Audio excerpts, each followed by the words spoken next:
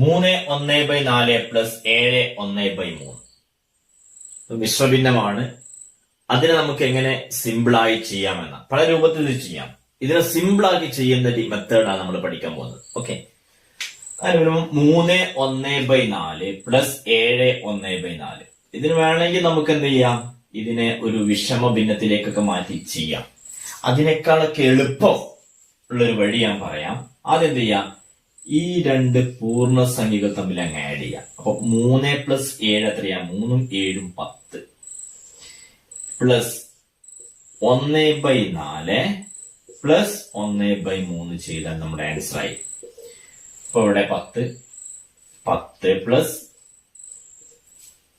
ഇതിന്റെ LCM കാണുക എത്രയാണ്, 3 4 12 അതിന്റെ LCM. ശേഷം എന്ത് ചെയ്യാം, 4 12 എത്ര കൊണ്ട് ഗുണിക്കണം, ഇവിടെ 3 കൊണ്ട് ഗുണിക്കണം. അങ്ങനെയാകുമ്പോ